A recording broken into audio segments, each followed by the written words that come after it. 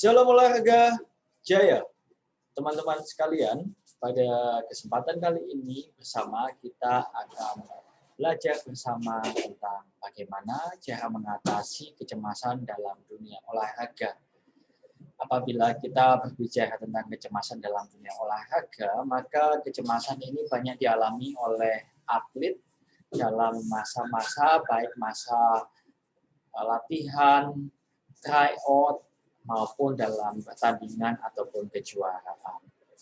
Kecemasan yang berlebihan tentu akan menjadi permasalahan bagi prestasi atlet tersebut yang justru dapat menurunkan prestasi dan meningkatkan risiko kekalahan. Nah, dalam kesempatan kali ini bersama kita akan belajar tentang bagaimana cara mengatasi kecemasan bagi atlet dalam olahraga. Tentu harapannya dengan mengetahui cara-cara mengatasi kecemasan, maka atlet dapat mengendalikan kondisi psikologis dirinya agar selalu dalam kondisi yang optimal dalam segala aktivitas olahraga, baik dalam sesi latihan, tryout, try-in, kejuaraan, ataupun perlombaan.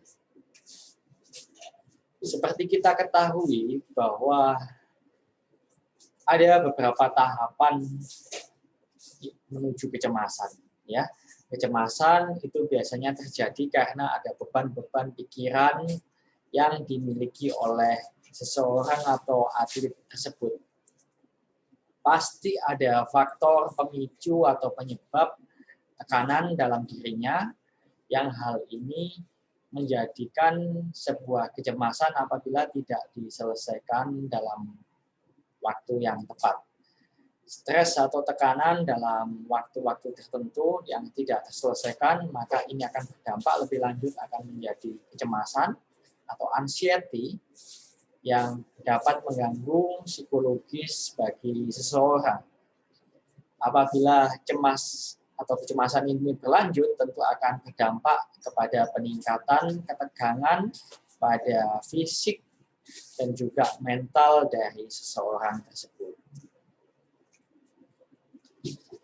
Apabila kita berbicara secara khusus kepada atlet, maka ada 5 hal yang ditakuti oleh atlet.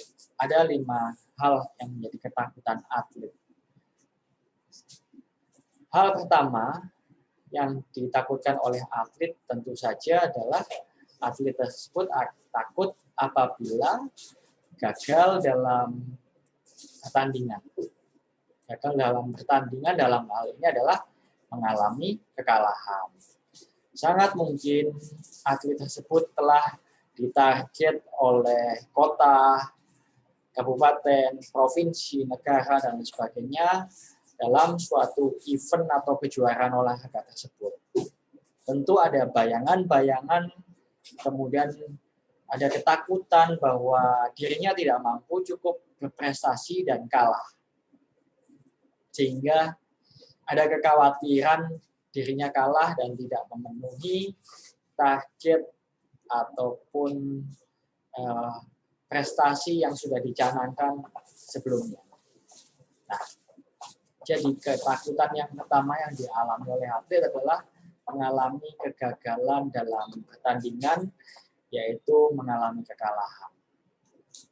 Nah, apabila kalah, maka ada ketakutan berikutnya yang kedua, yaitu akibat sosial atas prestasi. Tentu kalau atlet itu kalah, maka ada dampak-dampak ya kekalahan tersebut. Sangat mungkin akan dimarahi oleh pelatih, oleh orang tua, kemudian dipertanyakan oleh induk cabang olahraga maupun kabupaten kota, provinsi ataupun negara. Maka ada bayangan-bayangan ketakutan ini. Nah, bayangan ketakutan ini yang tentu saja akan menyebabkan atlet tersebut menjadi semakin cemas. Yang pertama, dia takut kalah. Yang kedua adalah kalau kalah, nanti dampaknya adalah dimarahi, kemudian harus menjawab bagaimana penjelasan bisa kalah dan lain sebagainya. Nah, disinilah ada ketakutan dampak sosial akibat kegagalan prestasi tersebut. Yang ketiga, atlet mengalami ketakutan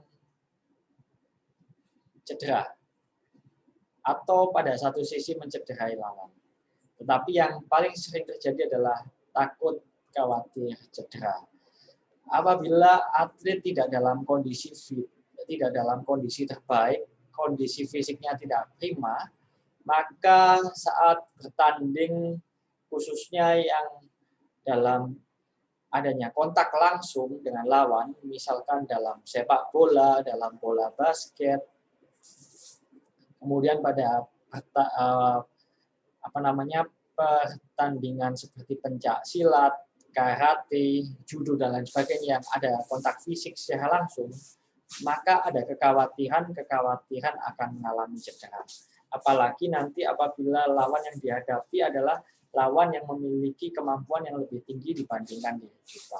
Nah, di sini ada kekhawatiran akan mengalami cedera apabila atlet tersebut telah memiliki cedera yang sudah ada atau riwayat cedera sebelumnya. Ataupun apabila kondisi fisiknya tidak fit, maka ada kekhawatiran untuk mengalami cedera yang nanti dikhawatirkan akan menyebabkan dia kalah ataupun mungkin pensiun karena cedera yang parah. Jadi ini adalah kekhawatiran ketiga yang dialami oleh atlet, yaitu kekhawatiran untuk mengalami cedera ataupun mencederai. Nah, khusus untuk alasan yang nomor 4, ini adalah untuk atlet yang tidak memiliki kondisi fisik yang prima. Ya, atlet yang tidak memiliki kondisi fisik yang prima, maka tentu khawatir tidak mampu menyelesaikan pertandingan dengan baik. Sebagai contoh, seorang atlet yang malas berlatih, lama tidak latihan, tidak menyelesaikan program latihan secara tepat. Nah, waktu pertandingan ada kekhawatiran pada babak kedua tidak mampu bertanding dengan baik karena fisiknya tidak bagus. Atlet yang tidak rajin latihan tentu akan khawatir saat akan menjalani tes kondisi fisik.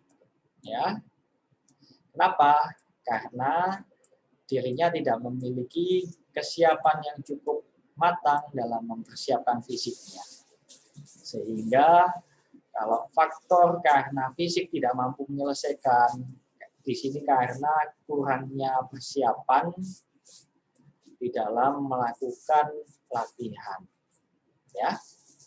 Nah, tentu permasalahan terkait kekhawatiran tidak mampu menyelesaikan pertandingan, perlombaan, ataupun tes kondisi fisik, ini dapat diminimalkan apabila seseorang tersebut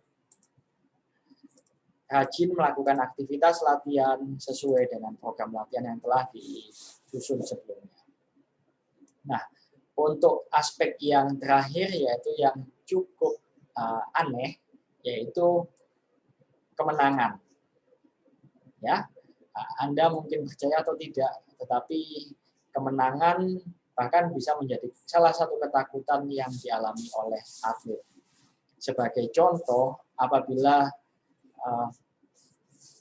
seorang atlet di situ bertanding dengan saudaranya sendiri dalam final, nah di situ ada kekhawatiran kalau menang itu bagaimana, kalau kalah itu bagaimana, ada kekhawatiran kalau menang, ya.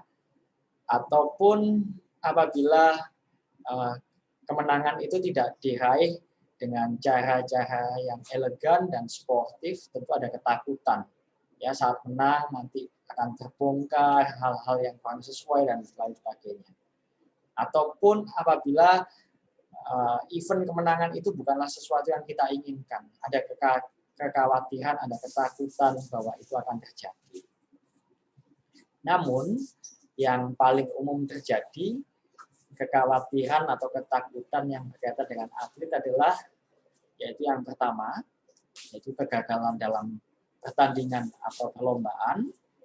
Yang kedua adalah dampak dari kekalahan tersebut bagi atlet yang memiliki masalah dengan kondisi fisiknya adalah kekhawatiran mengalami cedera. Nah, ini adalah ketakutan utama yang dialami oleh atlet berkaitan dengan olahraga prestasi. Pelatih sebagai insan olahraga yang menangani atlet hendaknya bisa memahami kelima ketakutan atlet ini, terutama pada aspek kegagalan dalam pertandingan, resiko ketakutan akan kekalahan, serta resiko cedera yang belum tentu terjadi, namun dapat menyebabkan kekhawatiran bagi atlet tersebut. Dengan memahami ketakutan-ketakutan atau kekhawatiran yang belum terjadi pada atlet tersebut, maka diharapkan pelatih dapat memberikan masukan, saran, pendekatan yang sesuai kepada masing-masing atlet tersebut. Nah, apabila kita jeli, maka kecemasan itu dapat diamati. Ya, ada beberapa teknik untuk mengetahui kecemasan dalam diri atlet. Nah, kecemasan dalam diri atlet dapat kita lihat melalui 3 aspek, yaitu kognitif, somatik, dan juga perilaku.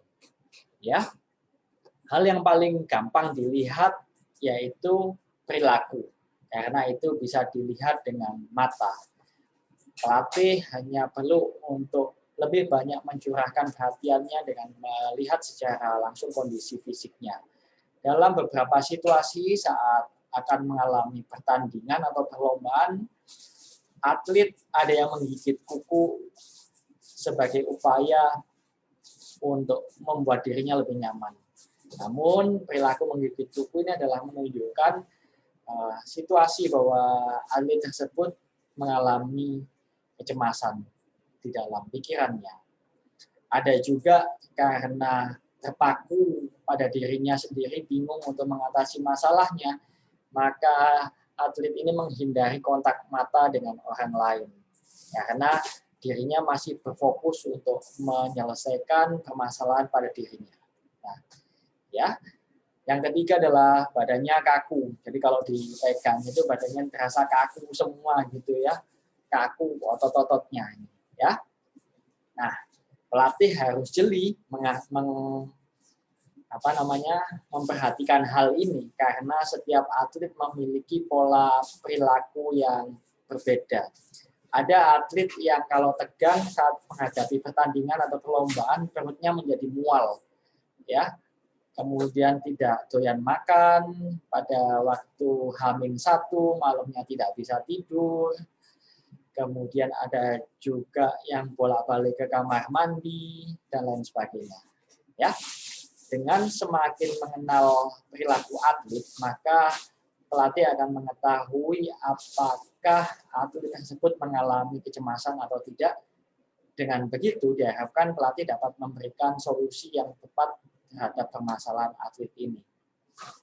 Aspek yang kedua dapat kita lihat secara somatik, ya. Di situ hampir sama dengan postur tubuh yang kaku. Kalau kita pegang pundaknya gitu ya, kemudian punggungnya, badannya itu menjadi kaku, otot-ototnya tegang dan tidak rileks. Keringat pada bagian tubuh dapat kita lihat, misalkan pada tangan, di situ tangannya berkeringat, ya. Kemudian dahinya berkeringat meskipun situasi lingkungan itu dingin. Kemudian denyut nadinya cepat dibandingkan biasanya. Bahkan yang lebih parah yaitu apabila mengalami gemetar, ya. Tapi di sini menunjukkan atlet tersebut mengalami kecemasan yang sudah cukup tinggi. Maka di sini diperlukan sebuah solusi atau cara untuk menurunkan ketegangan tersebut. Nah, disinilah peran pelatih ataupun psikolog untuk dapat membantu hal ini agar atlet dapat menjadi rileks kembali, siap untuk menjalankan aktivitas olahraga dengan baik. Aspek yang ketiga yaitu kognitif, yaitu di sini atlet mengalami rasa takut, ya, takut apabila nanti kalah untuk bisa memperoleh target, kemudian ada ketakutan bahwa targetnya tidak terpenuhi, mengecewakan orang tua, teman setim, dan lain sebagainya. Kemudian terlihat ragu-ragu dalam mengambil sikap ataupun keputusan. Ini adalah ciri-ciri dari seseorang yang mengalami kecemasan. Kemudian tidak bisa konsentrasi, misalkan waktu diajak ngomong itu kemudian nggak nyambung, ada beberapa poin itu lepas, dan lain sebagainya. Nah, kenapa kok konsentrasinya kacau? Karena masih bingung dengan permasalahan dirinya, dengan ketegangan dirinya ini. Dan tentu saja kecemasan ini akan berdampak terhadap penurunan percaya diri. Ya, kita tahu bahwa percaya diri menjadi aspek yang sangat penting di dalam olahraga prestasi. Dengan penurunan percaya diri, maka beresiko berdampak bagi penurunan performa yang dalam aspek lebih panjang dapat menurunkan prestasi olahraga. Maka ini adalah hal-hal yang penting untuk diwaspadai oleh pelatih sehingga atlet tidak mengalami kecemasan yang berlebihan yang nanti justru berdampak negatif bagi penurunan prestasi dirinya.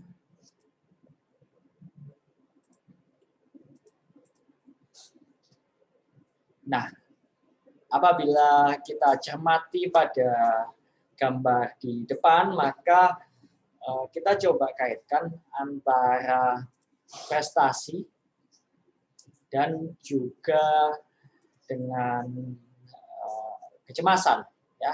Performance atau penampilan olahraga apabila kita kaitkan dengan kecemasan, maka kita lihat, ya, semakin rendah kecemasan, maka akan semakin tinggi penampilannya. Namun saat kecemasan seorang atlet itu besar, maka dampaknya adalah performanya menjadi menurun. Ya, terdapat hubungan yang terbalik antara kecemasan dan penampilan olahraga.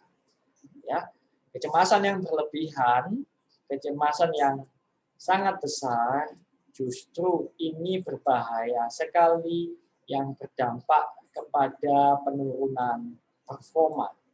Nah, inilah hal yang harus kita waspadai.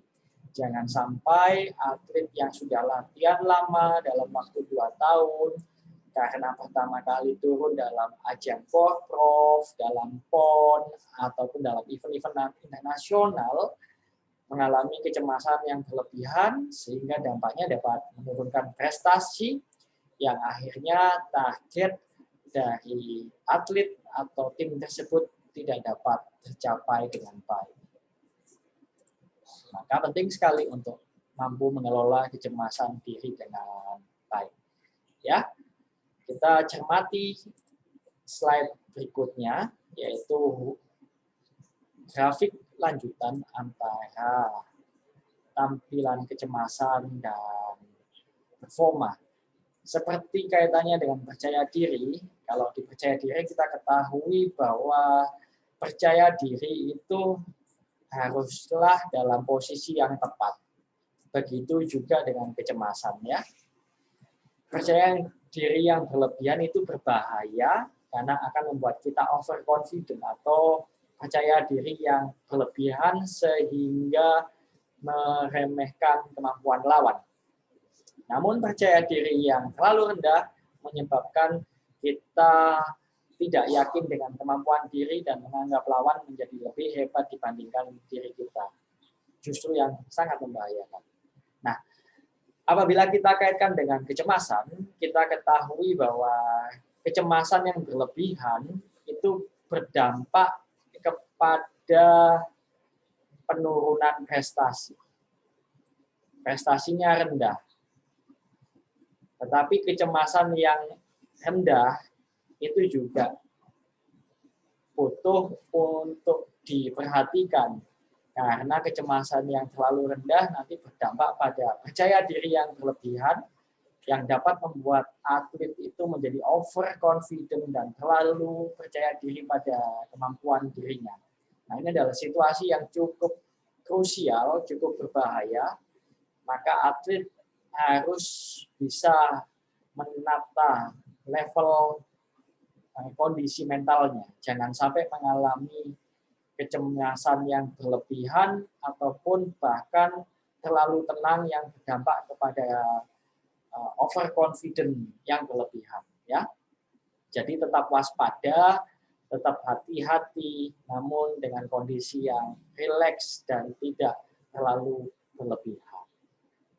Nah, disinilah seni dari sebuah kondisi mental, bagaimana mendesain kondisi mental yang ideal bagi seorang atlet agar memiliki tingkat percaya diri yang tepat. Salah satunya dengan memperhatikan aspek dari kecemasan ini. Nah, seperti kita cermati bahwa kecemasan itu tadi dapat diamati ya. Kalau kita cermati ekspresi dari seseorang yang cemas itu dapat dilihat dari matanya yang tidak mengadakan kontak mata, kemudian wajahnya cenderung untuk menunduk, ya. Ini menunjukkan adalah ekspresi-ekspresi untuk fokus pada dirinya sendiri untuk mengatasi permasalahan yang ada di dirinya sendiri. Nah, disinilah peran dari pelatih ataupun psikolog untuk dapat membantu atlet agar mengatasi permasalahan kecemasan dalam dirinya tersebut.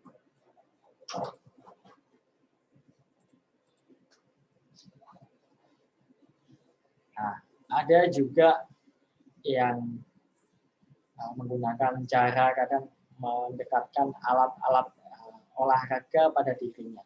Sebagai contoh, yaitu pada gambar di depan, ya.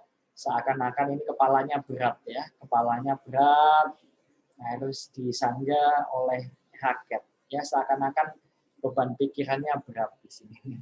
Nah, di situ menunjukkan bahwa ada sesuatu pikirannya yang menimbulkan kekhawatiran, ketakutan, pikiran yang berat, yang butuh dibantu oleh pelatih ataupun oleh psikolog.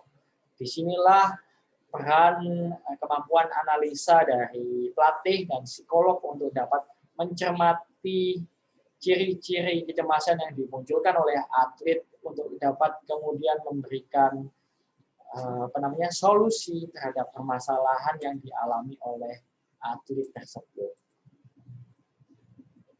Nah, pertanyaannya adalah bagaimana cara untuk mengatasi kecemasan?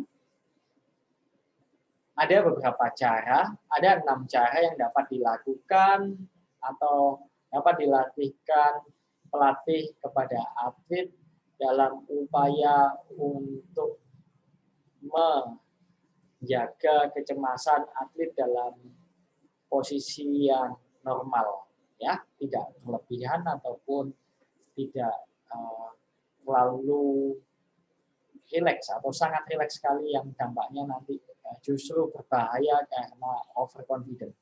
Ya, kecemasan ini dapat diatasi melalui beberapa cara, yaitu meditasi, visualisasi, simulasi, deep breathing, self-suggestion, dan progressive muscle relaxation. Kita coba bahas ke-6 cara untuk mengatasi kecemasan ini satu persatu. Cara yang pertama adalah meditasi.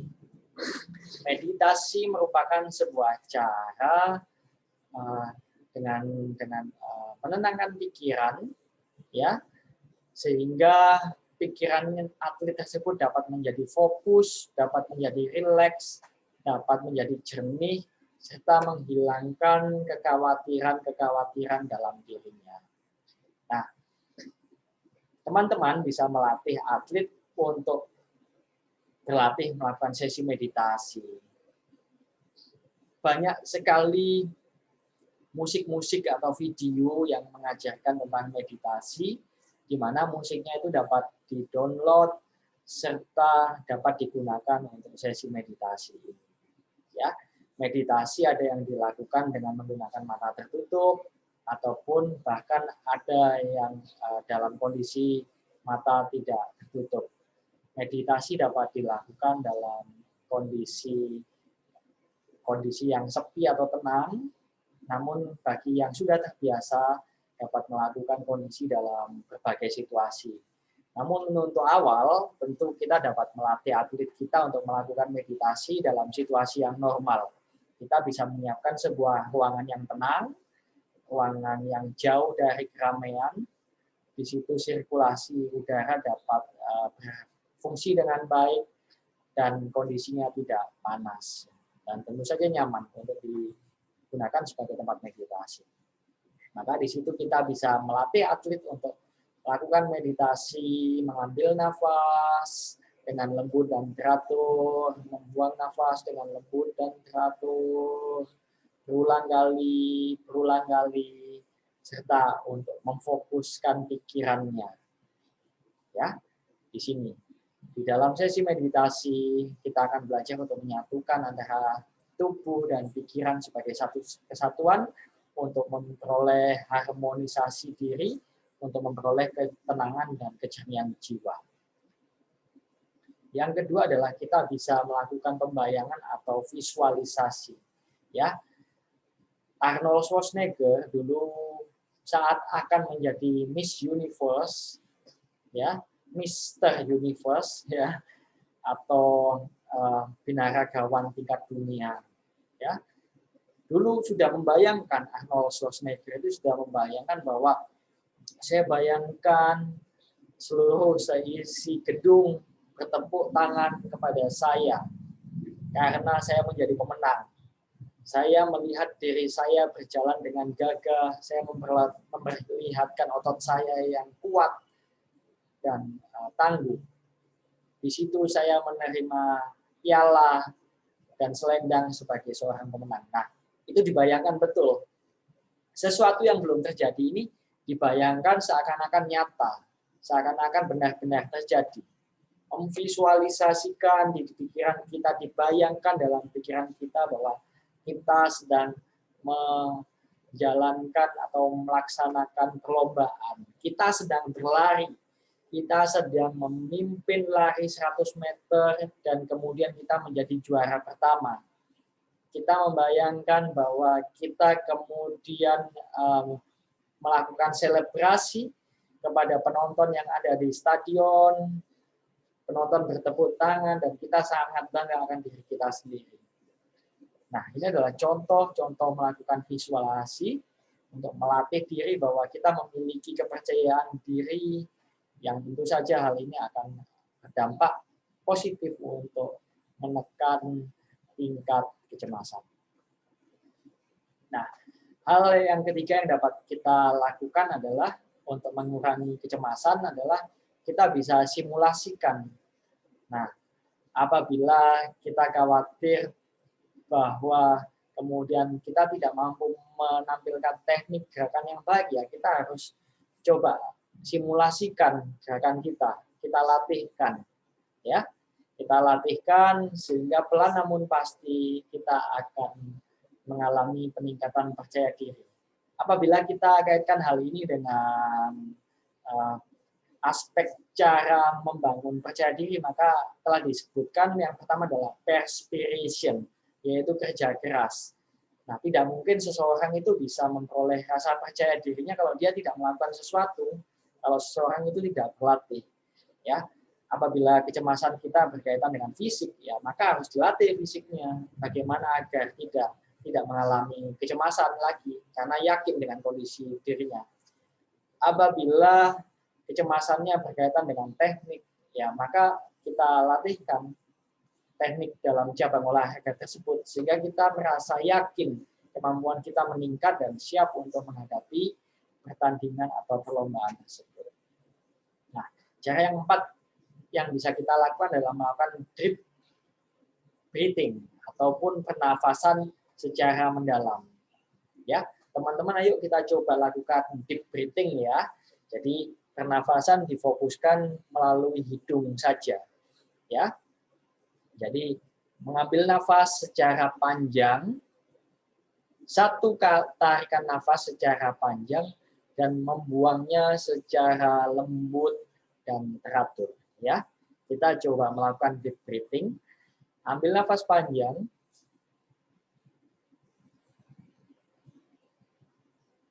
Buang pelan-pelan.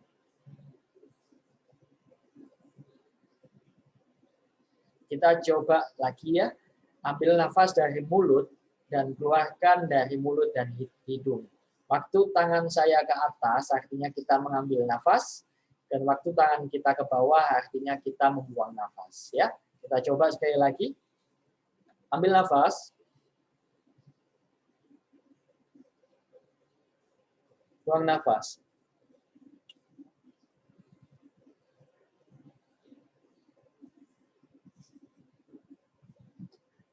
Ambil nafas. Buang nafas lagi.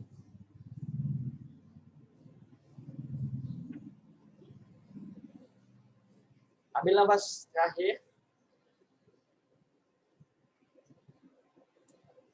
Buang nafas.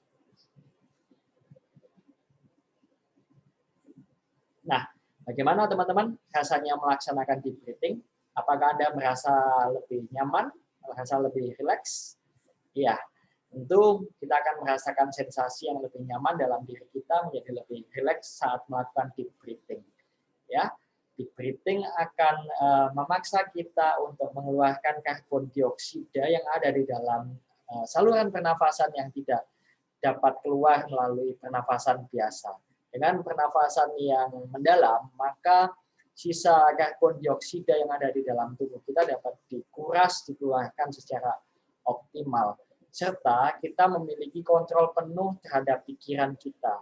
Ya, saat kita melakukan tarikan nafas dan membuang nafas yang dilakukan secara sadar, maka secara tidak langsung kita mengontrol pikiran kita. Kontrol pikiran ini yang kemudian akan membawa kita melatih untuk memiliki kontrol akan pikiran kita. Jadi waktu pikiran kita kacau, waktu pikiran kita cemas, maka kita butuh untuk mengontrol kembali pikiran kita melalui pengontrolan nafas. Ya, jadi ini adalah teknik sederhana yang dapat kita laksanakan di mana saja. Nah, yang kelima adalah memberikan sugesti kepada diri sendiri. Ya, memberikan sugesti, memberikan penilaian positif pada diri sendiri bahwa kita memiliki sesuatu mental yang bagus dan positif. Nah, sebagai contoh, ya, kita harus menciptakan kata-kata. Kita menciptakan kata-kata yang membuat kita semangat, membuat kita percaya diri, membuat kita nyaman dengan diri kita sendiri. Sebagai contoh, ya, kunjung kamu adalah seseorang yang tenang. Kamu sangat yakin kepada dirimu sendiri. Jangan biarkan ada sesuatu hal yang mengganggu konsentrasimu. Tetaplah fokus, tetaplah konsentrasi, yakinlah pada dirimu karena kamu adalah yang terbaik. Ya, nah ini adalah contoh sebuah kalimat yang dapat kita lakukan untuk memberi sugesti positif pada diri kita sendiri. Nah, tentu setiap orang akan memiliki pemilihan kata pola pikir yang berbeda, yang berdampak bagaimana pemilihan kata-kata untuk memberikan sugesti pada dirinya sendiri. Nah, ini adalah latihan mental yang dapat dilatihkan oleh pelatih kepada atlet dalam upaya untuk meningkatkan pemahaman positif bagi atlet pada dirinya sendiri, untuk memiliki keyakinan yang besar pada dirinya sendiri akan kemampuan dirinya, baik secara fisik dan mental. Dan yang terakhir, yaitu dapat melaksanakan progressive muscle relaxation, ataupun latihan relaksasi otot. Seperti kita bahas sebelumnya tadi, bahwa kita tahu bahwa atlet yang mengalami ketegangan itu cenderung otot-ototnya kaku, tegang, ya. Maka kita bisa melakukan gerakan-gerakan sederhana yang dapat membuat otot itu menjadi rileks. Misalkan memutar bahu ke depan, ke belakang, menggoncang-goncangkan tangan, menggerakkan kaki, dan lain sebagainya. Nah, akan lebih baik apabila gerakan-gerakan ini dilakukan dengan irama yang rileks, santai, dengan pengaturan nafas yang lembut dan teratur. Nah, teman-teman, itulah adalah 6 cara untuk mengurangi kecemasan pada dunia olahraga. Nah, silakan teman-teman untuk mulai melatihkan pada diri sendiri atau kepada atlet Anda tentang teknik-teknik mana yang cocok, yang sesuai, yang dapat Anda gunakan untuk mengurangi kecemasan dalam diri seseorang. Sebagai tambahan informasi, ya, penelitian yang dilaksanakan oleh Borborini menunjukkan fakta bahwa gaya kepemimpinan pelatih itu ternyata berdampak yang cukup besar ya terhadap tingkat kecemasan. Nah, di situ ternyata gaya kepemimpinan pelatih memiliki kontribusi sebesar 26,4% terhadap tingkat kecemasan atlet. Data ini artinya apa? Artinya apabila pelatih itu kemudian tidak memahami atlet, kemudian justru membuat atlet menjadi tegang, maka ketegangan tersebut 26,4 diciptakan oleh pelatih tersebut. Justru pelatihlah yang meningkatkan kecemasan yang dialami oleh atlet. Namun, sebaliknya, apabila pelatih ini memiliki kemampuan untuk menganalisa kecemasan, kemampuan untuk memberikan solusi dan mengatasi kecemasan yang dialami oleh atlet, maka atlet akan mengalami penurunan kecemasan sebesar 26,4 yang dipengaruhi positif oleh pelatih. Nah, pertanyaannya adalah teman-teman ingin menjadi pelatih yang justru meningkatkan kecemasan ataukah pelatih yang dapat mengontrol kecemasan atlet dengan bantuan dirinya? Kembali ya, silakan teman-teman untuk menjawab hal ini secara pribadi. Nah, tak terasa kita telah ada dalam ujung perjumpaan kita dalam kesempatan kali ini. Tak terasa kita sudah sampai pada ujung pertemuan. Semoga teman-teman dapat memahami materi ini dengan baik. Terima kasih atas perhatian Anda. Saya Kunjung Azadi, salam olahraga jaya.